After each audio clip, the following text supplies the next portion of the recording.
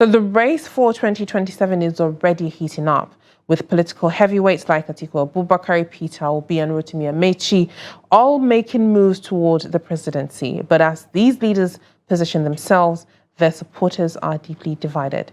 Will the fragmentation reshape Nigeria's political landscape? Could we see unexpected alliances, or will this rivalry strengthen our democracy?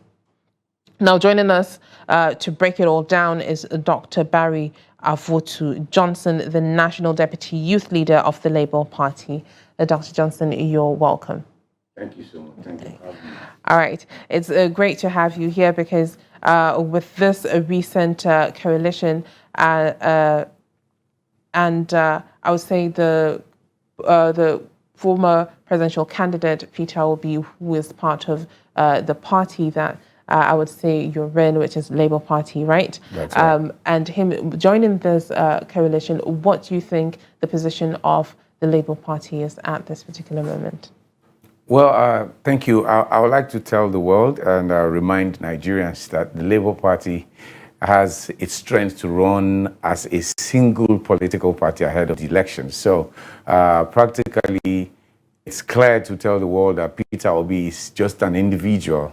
He's just a person, a former presidential candidate of the Labour Party who feels that his presidential ambition needs a coalition arrangement. So the coalition arrangement of Peter Obi in the ADC has nothing to do with the Labour Party. Labour Party is strong enough, is ready. In fact, Nigerians and the world should see Labour Party as the strongest opposition party in the African history to have done what they did in 2023 with Peter Obi. So practically, Peter Obi has his own perspective as a person, as an ambitious person to become president of Nigeria. You know, the power breakage between the Labour Party and Peter Obi as a person and the coalition under the ADC are three different perspectives. The Labour Party is big enough to run. We won the election, but INEC say, no, this person won. So we are moving ahead with that same drive, that same influence. In fact, the influence is even bigger now because Barrister Julius Abure, our national chairman, is working on the ground to make sure that every home in Nigeria does not forget the Mama, Papa, and Pikin logo ahead of these elections.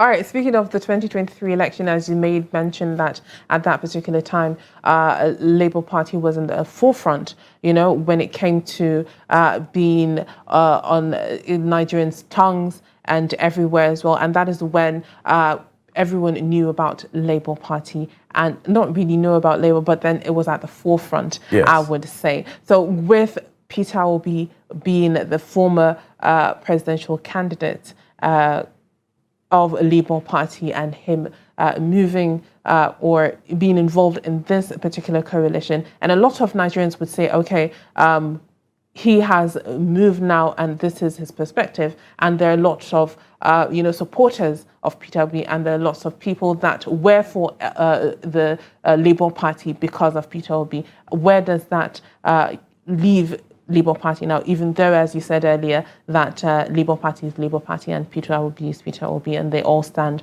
on their feet by themselves? Well, I'll tell the world again with this opportunity that, you see, every election comes with a smell. The smell of the 2015 that brought President Muhammadu Buhari as president is different from the smell that brought Tinubu in 2023. It's this same Peter Obi that was vice presidential candidate to Alhaji Atiku Abubakar in 2019. So why did the crowd not follow him?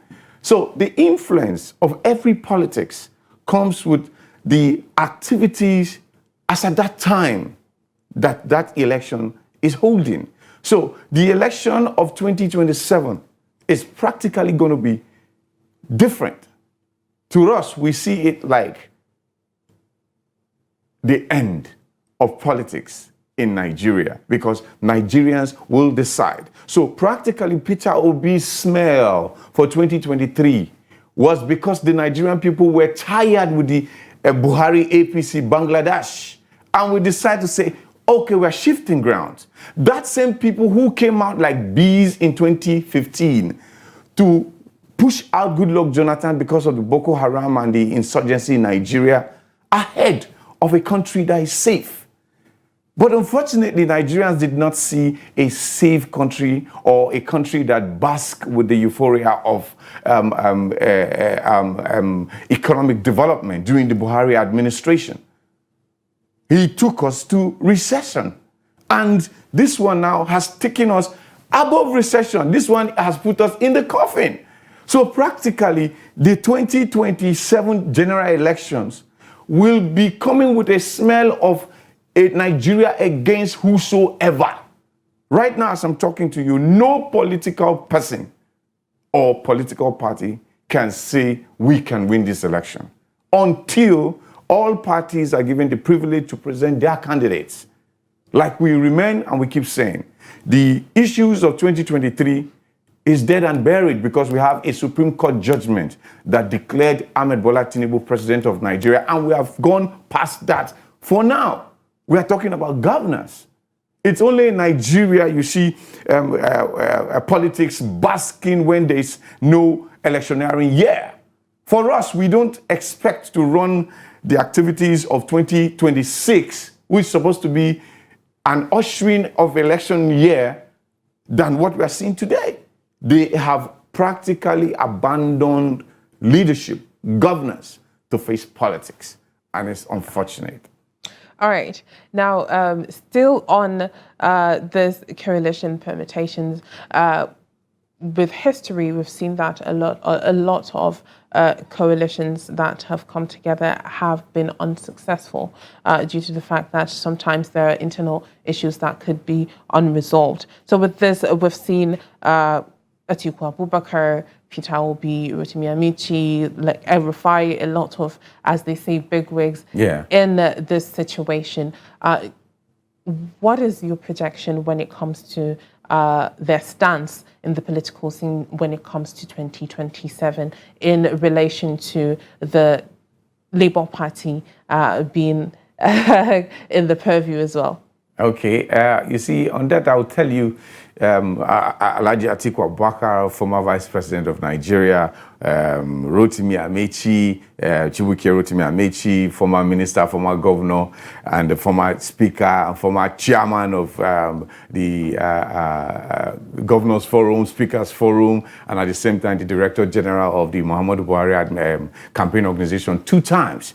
And we are looking at Peter Obi, former Governor of Anambra State, former presidential candidate of the Labour Party, and that's Elrufai, former minister, former governor of Kaduna State, and a front player in the politics of Nigeria. You see, all these men have their onions. All these men have their credits and discredits.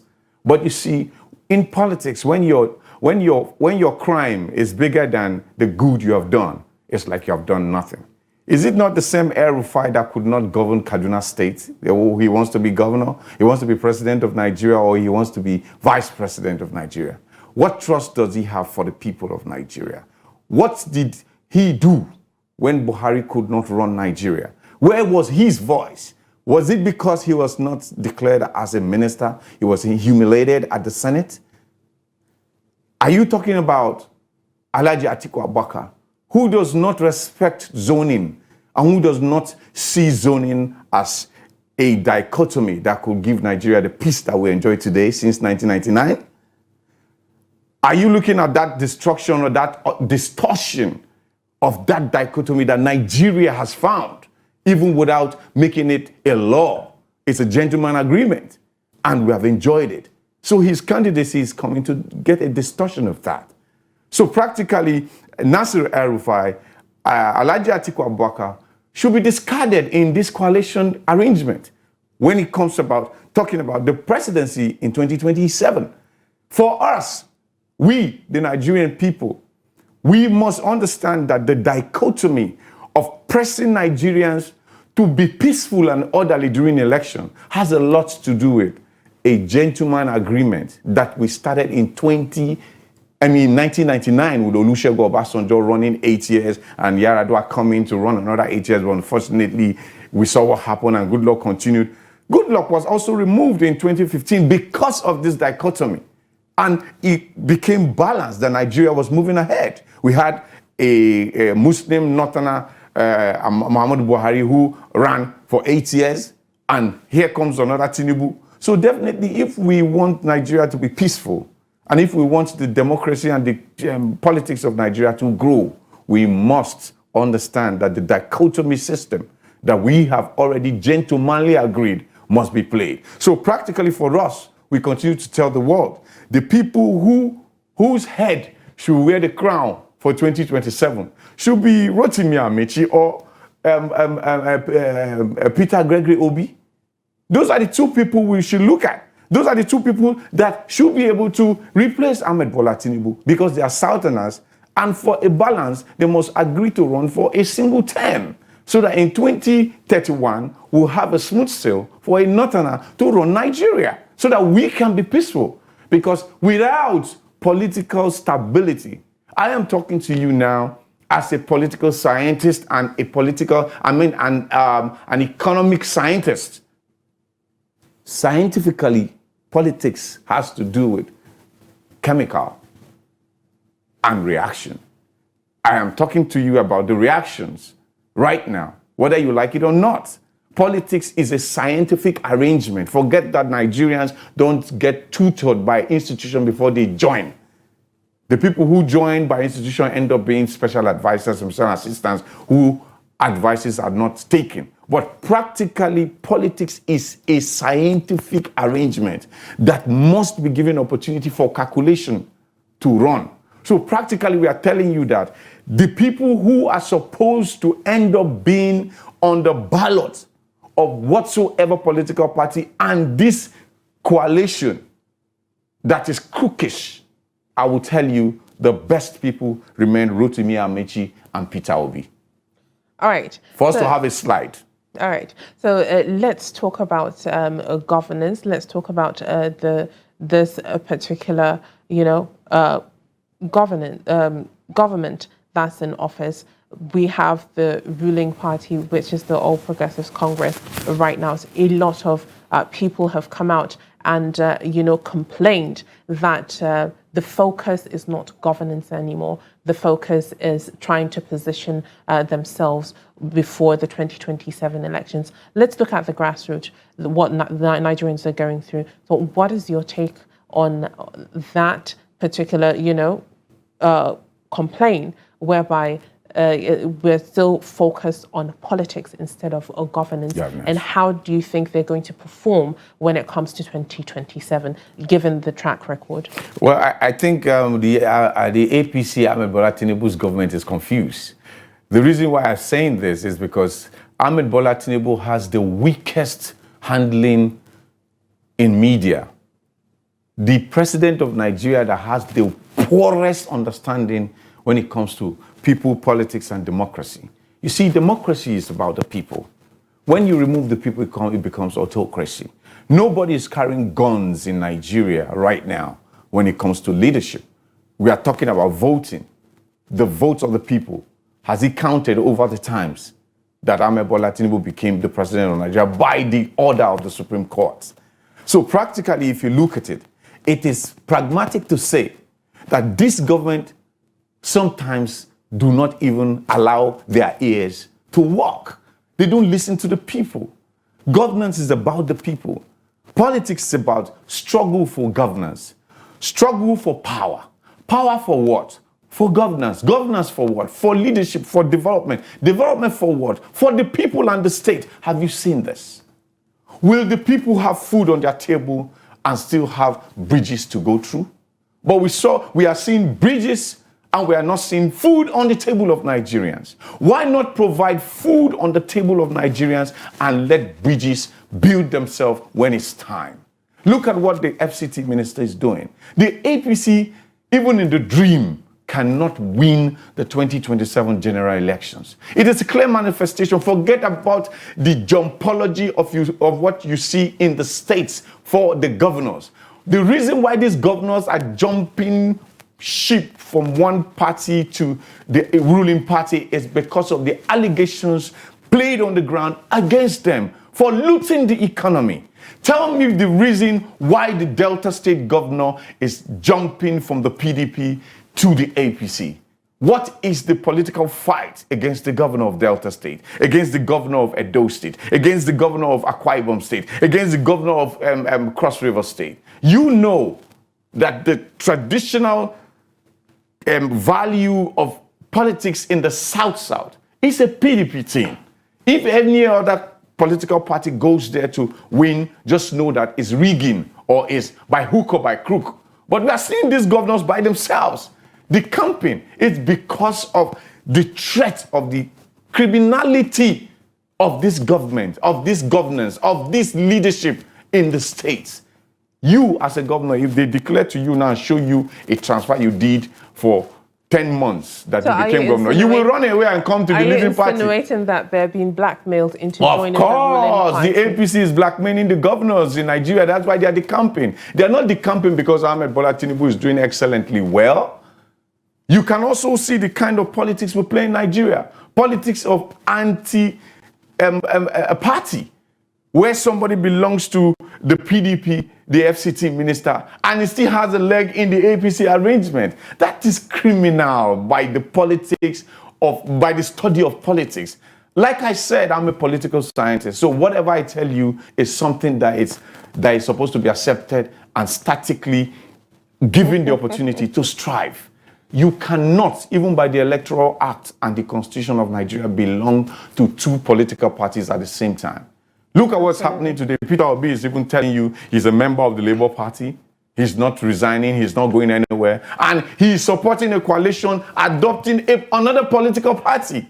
So the Nyesom Wike issue of putting two legs in two different parties at the same time is political criminality that this government must stop.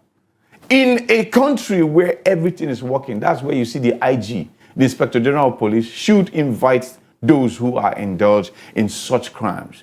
Invite them, question them, and get them prosecuted, and if found guilty, jail them, for example. You cannot be in two political parties at the same time in a democracy. But this is what we are seeing in Nigeria.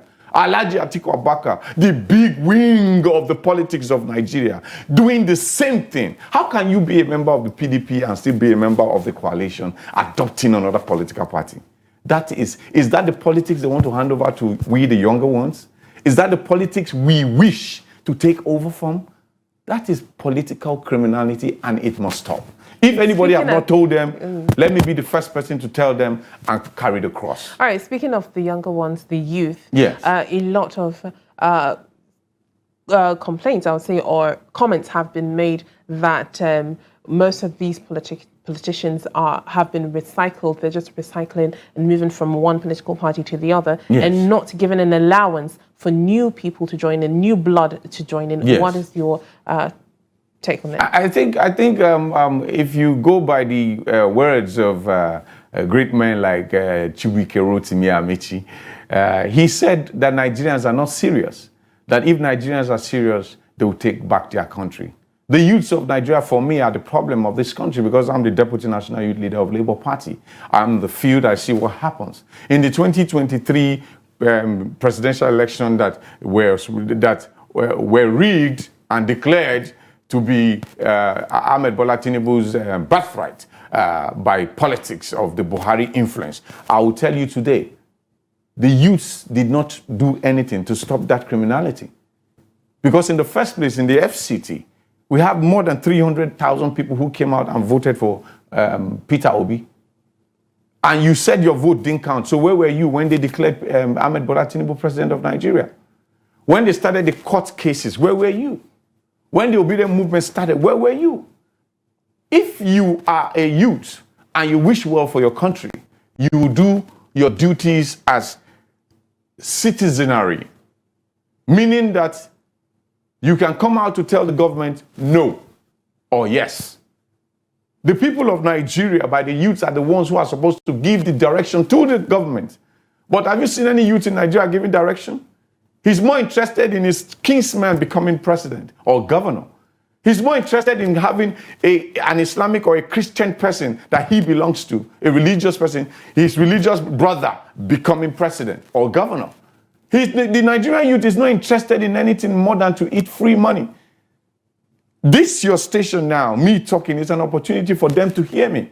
The highest thing is to hate me, but you cannot stop me from saying the reality, the truth of what's happening. The Nigerian youths are 80% the problem of the country. Because if we come together as one big family and say no to the criminality of this administration and whatsoever administration before now, after now, they will take steps backward and have a rethink.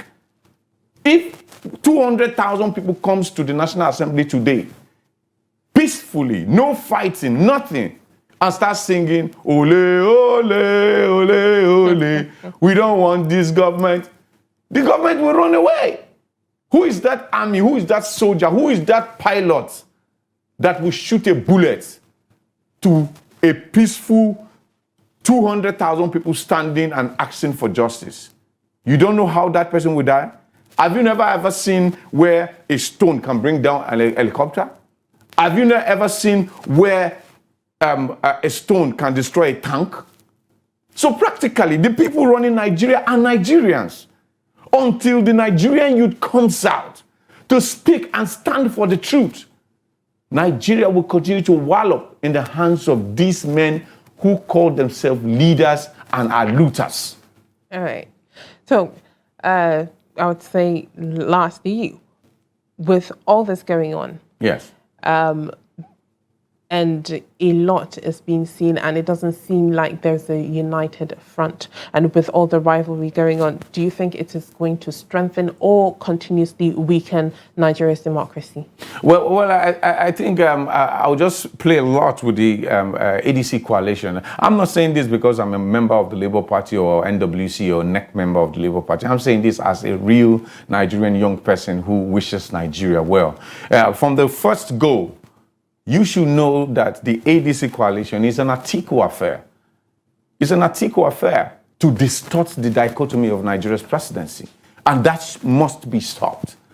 It is a clear manifestation that Rotimi Amechi or Peter Obi should be the candidate presented to face any other political party for peace to reign and for the governance to continue.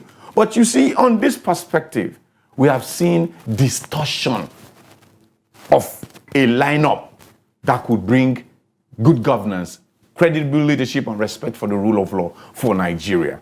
And the youths of Nigeria are not speaking up. We have 2-3 people who are talking. Everybody is afraid to die. Everybody is afraid of the DSS. And I also want to speak about the DSS sometime, because the DSS, their job is specified in the Constitution of Nigeria. Allow the Nigerian people breathe. Do your own job. Fix Nigeria.